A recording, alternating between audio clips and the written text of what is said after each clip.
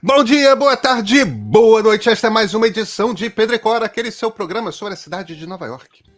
E a cidade de Nova York está fazendo Pedro e Cora, como você sabe, na sua plataforma favorita de podcast, no canal do YouTube do Meio, mesmo que a gente não esteja no estúdio, porque obviamente não estamos no estúdio hoje, mas é só hoje.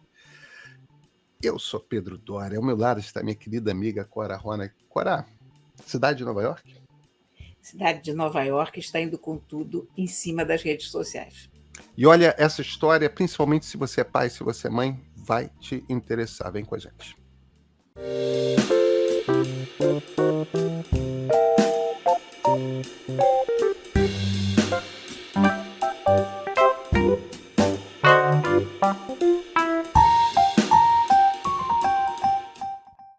Cora Roney, estamos aqui nas telinhas de novo, não estamos juntos.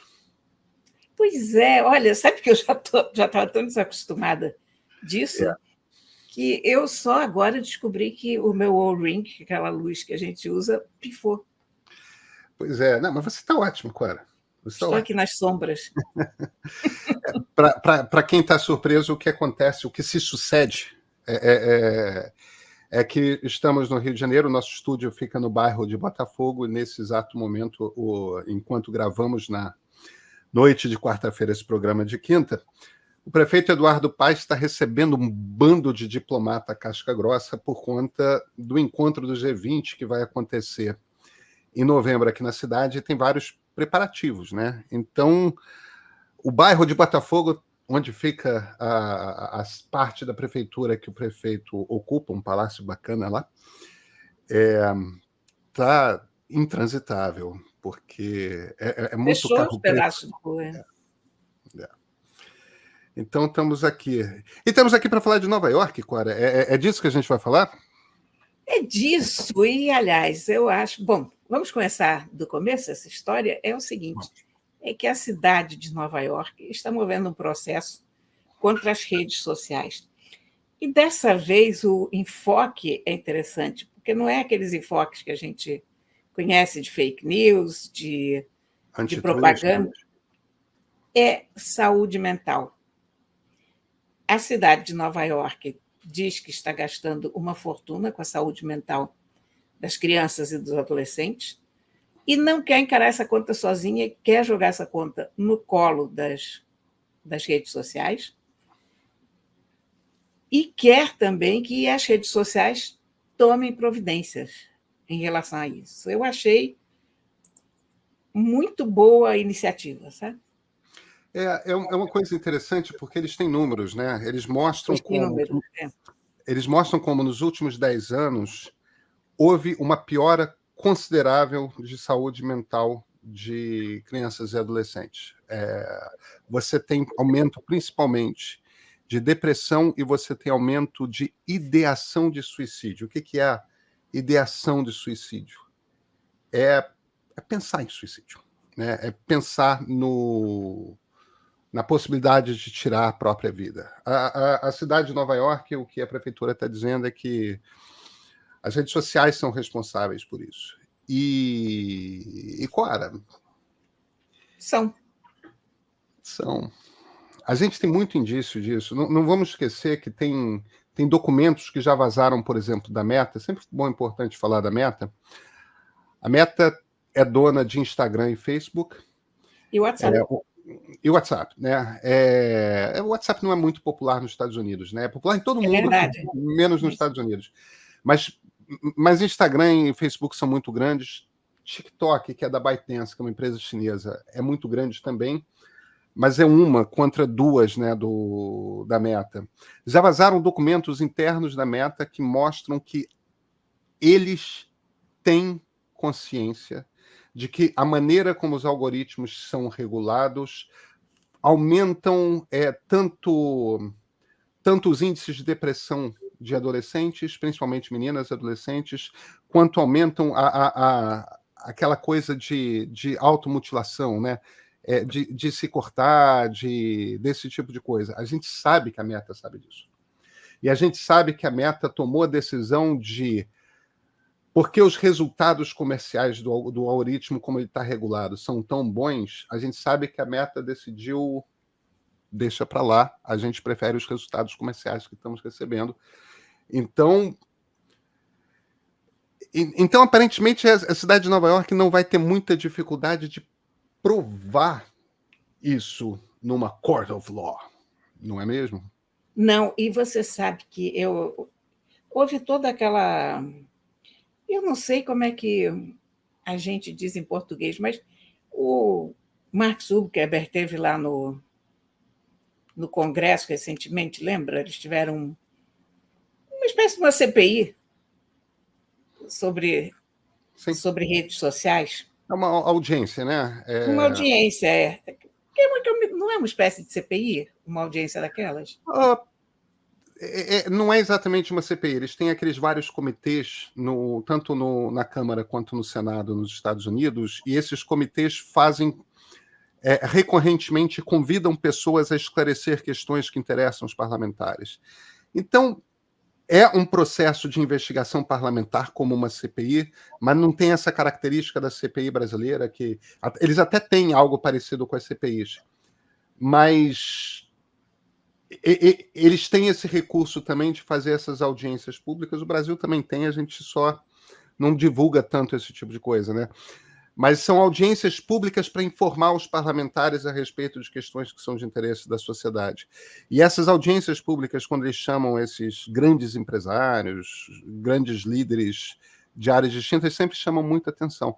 E a gente tem visto muito dessas audiências públicas com líderes das redes sociais. Pois é, eu me lembro dessa mais recente, em que estavam na audiência pais de jovens que suicidaram por causa de comentários em rede social, bullying em rede social, e Mark Zuckerberg pedindo desculpas.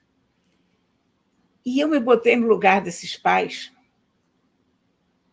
e eu vou te dizer que aquelas desculpas me soaram mais ofensivas do que qualquer coisa, sabe? Porque não dá para pedir desculpas por isso. A coisa de pedir desculpas é de uma hipocrisia, né? Vamos fazer e depois a gente pede desculpas. Não há desculpas para se pedir quando uma criança, um jovem se matou por causa de bullying, né? Não é perdoável, não é negociável. Fecha essa bodega, acaba com essa rede. Imagina se fosse a mãe de uma criança daquelas. Que coisa terrível, né? Enfim. Sabe, a gente vai ter que resolver esse troço em algum momento. Tem uma coisa que é engraçado, que a gente já conversou tanto sobre isso, Cora. Ainda assim, me parece que a maior parte das pessoas que não lidam com esses temas como nós lidamos recorrentemente tem uma profunda dificuldade de compreender como que esse processo se dá. E eu acho que vale a gente repetir, porque eu acho que a gente tem que repetir sempre. A gente nunca sabe quando vai ser uma pessoa que vai ouvir pela primeira vez. Eu acho que as pessoas, às vezes, por mais que a gente repita, não entendem bem como que funciona essa mecânica do algoritmo, né? As pessoas têm muita impressão nas redes sociais de que, não, o que estoura é o que é popular, é o que as pessoas querem ver, as redes sociais estão apenas te entregando o que você quer ver. E não é exatamente isso, porque existem muitas maneiras de avaliar o que você quer ver. E a gente tem uma coisa que é um gatilho no cérebro, que é a gente fica muito ligado às coisas que nos provocam emoções fortes. Isso não quer dizer que na vida habitual a gente só se preocupe com coisas que nos geram emoções fortes. Em geral, na vida normal, se não existisse uma internet, se não existissem algoritmos, a maior parte dos estímulos que nós estaríamos recebendo não são estímulos que nos geram emoções fortes.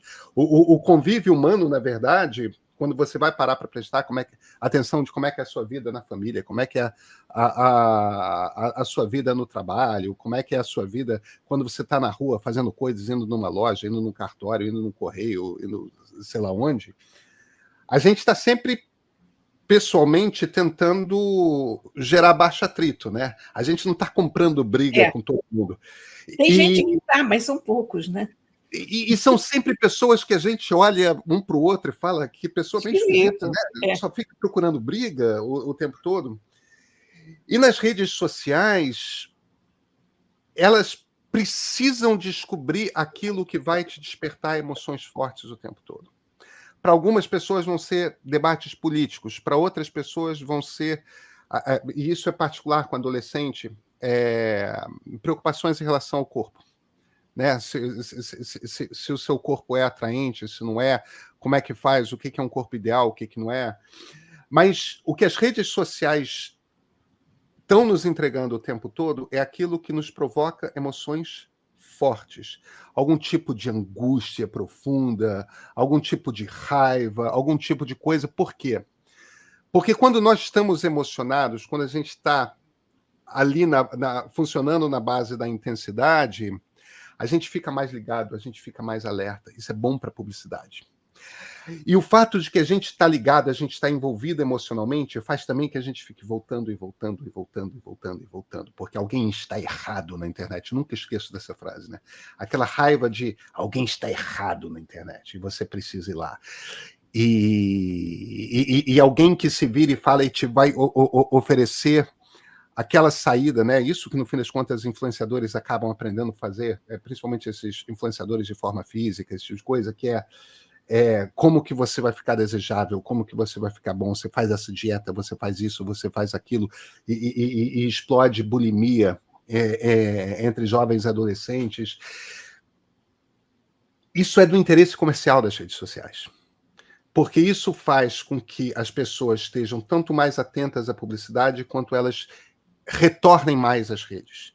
Isso aumenta a audiência das redes. Isso é bom comercialmente para as redes e, portanto, os algoritmos são calibrados para isso. Agora, isso provoca um dano mental em todo o mundo. Isso provoca danos à política, porque polariza e radicaliza a política e torna difícil o debate político, porque está todo mundo explorando aquele ponto em que as divisões são mais intensas, em vez de buscar os pontos em que temos coisas em comum sobre as quais conversar e que são poucas as arestas para aparar para a gente chegar a uma conclusão, a um acordo aqui. Isso é terrível para adolescentes, porque adolescentes são, em geral, muito mais imaturos para lidar com emoções fortes do que nós adultos somos. Então, só que aí as pessoas ficam um pouco naquela de mas as redes só estão te dando o que você quer. É muito mais ou menos isso. É muito mais ou menos isso. O que as redes estão fazendo é te manipulando emocionalmente o tempo todo. Olha, Pedro, eu fiquei tão chocada com os números de Nova York, porque em 2021, 38% das crianças em idade escolar estavam tão tristes que abriram mão das coisas que faziam habitualmente. 38%. 38%. E quase 1 em cada 10 reportou ter feito uma espécie de tentativa de suicídio durante o ano. É muito chocante isso. Não está funcionando, Cora? Não. Não está funcionando. Eu acho que o prefeito de Nova York está certo, porque eles publicaram um arrazoado muito grande. São inúmeros documentos sobre redes sociais, sobre o impacto, as diretrizes que eles recomendam às escolas públicas. Há uma preocupação enorme da cidade com essa questão da saúde mental, sobretudo entre adolescentes e crianças. Eu fiquei muito impressionada com esses documentos, porque eu fiquei muito impressionada como um governo atento se antepõe aos problemas, né? E corre atrás em benefício dos cidadãos. Então, você tem um país que proíbe propaganda de cigarro, ele tem que tomar alguma providência em relação às redes sociais, porque a ideia da propaganda de cigarro é muito parecida com os malefícios da propaganda de cigarro, de aumentar o número de fumantes e tal, é muito parecido com o mal das redes sociais também. Ele vai pegando pessoas e mantendo naquele ambiente viciado e viciando as pessoas em redes sociais numa coisa que é profundamente nefasta à saúde das pessoas. Agora, em relação ao fumo, isso foi constatado fisicamente. Em relação às redes sociais, é uma coisa psicológica, vai ser mais complicado. Há uma agravante nessa questão desse processo, que há uma legislação nos Estados Unidos que diz que as redes sociais não podem ser responsabilizadas pelo que os seus usuários publicam. Uhum. Isso é aquela velha discussão, se eles eram editores. Exatamente. Se eles eram editores ou apenas veículos para as pessoas falarem, enfim. Eu acho que vale a gente retomar esse histórico, que a gente tem no nosso Marco Civil da internet tem um item parecido. O Internet Decency Act é uma lei que foi assinada pelo Bill Clinton em 1996, tem muito tempo. As redes sociais estavam estourando, a internet estava explodindo, estava se tornando popular. Existia uma fragilidade das empresas que montavam site, e logo que começou-se a criar espaço para as pessoas publicarem coisas na internet, quer dizer, você tem um site, aí você quer botar uma caixa de comentários, você quer criar um ambiente onde as pessoas podem hospedar blogs pessoais, tal. Havia uma preocupação ali eram empresas frágeis que estavam tentando montar modelos de negócio, ninguém sabia como é que ia fazer dinheiro com aquilo, e que se tivesse, de repente, uma onda de processos por calúnia, por difamação, etc., ia ser um problema. Ia matar essas empresas antes que elas nascessem, porque elas eram, de fato, muito frágeis. Eu defendi esse ponto de vista naquela época. Não, mas eu também defendi, todos nós Eu escrevi contra o enquadramento das empresas de internet como editores. Não, porque naquele ponto eu achava que era importante que as pessoas tivessem uma plataforma livre. Mas eu hoje não defenderia mais esse ponto. Mas é porque o contexto hoje é diferente. A gente não está mais em 1996. Pois é. Isso foi 30 anos atrás. Gente, que absurdo! A gente tá em 2024. Isso foi 28 anos atrás. É muito tempo. A realidade é outra. A gente está falando de companhias que valem na casa de $1 trilhão. Poderosas demais. A gente está falando das companhias mais poderosas da história do capitalismo. Entendeu? E a gente está falando de companhias que têm tecnologias que permitiriam a elas fazer diferente.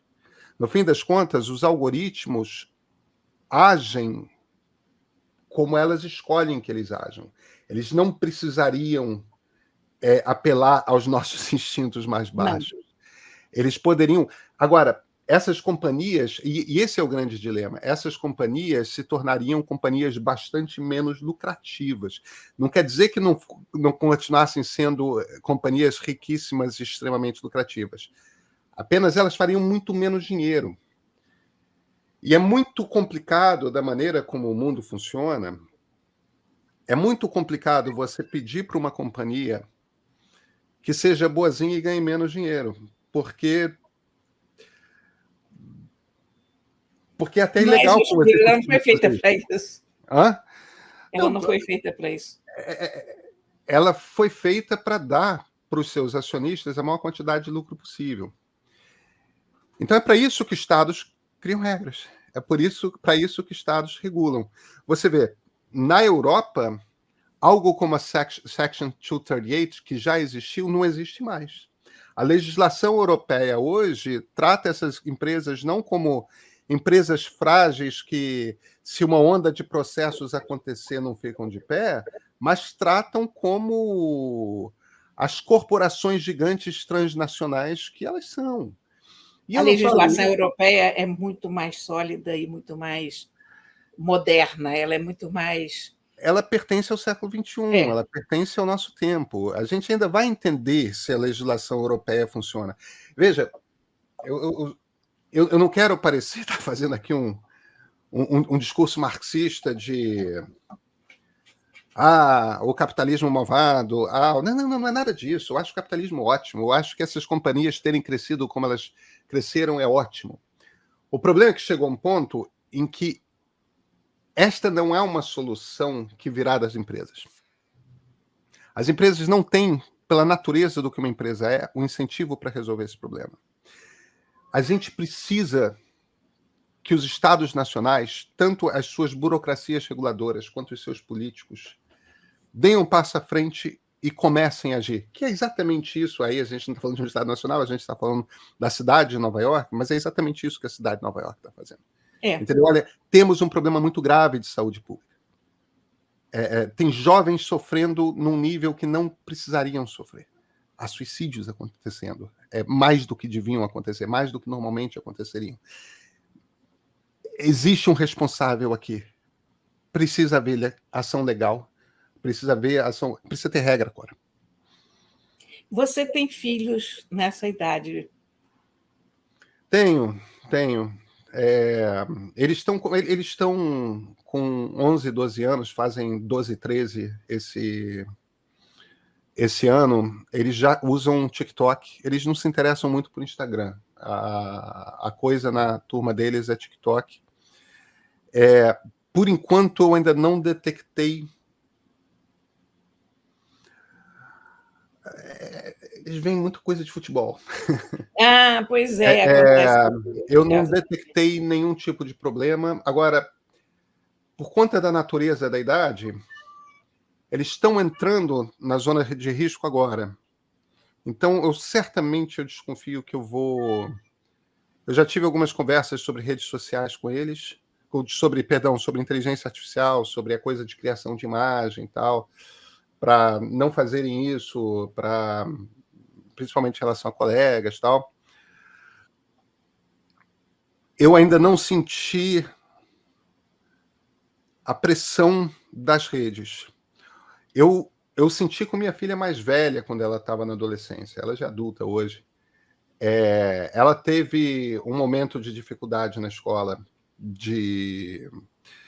enfim, mas era outro tempo. As redes eram menores. Vamos ver como é que vai ser. É uma coisa que eu estou sempre atento, é uma coisa que me preocupa. Eu fico de olho nos meus netos num grau quase psicótico, sabe? Né? Porque a gente sabe o poder que isso tem, a gente sabe o quanto machuca, a gente sabe o quanto é perigoso. A gente sofre, Cora. Imagina... Pois é. Eu tenho 70 anos e quando esses dias eu tenho feito um festival de blogs aqui, mas, quer dizer, até isso não está me afetando muito, mas a gente se ressente muito. Agora, você imagina um adolescente, né? No caso dos meus netos, crianças de 14 anos, o meu sobrinho neto tem 10, que é outro que eu fico de olho também.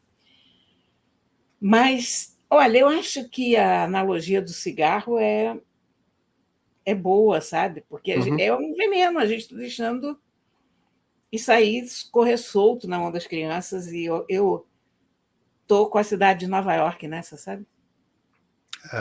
Estamos, Cora. Cora, a gente se vê na terça, né?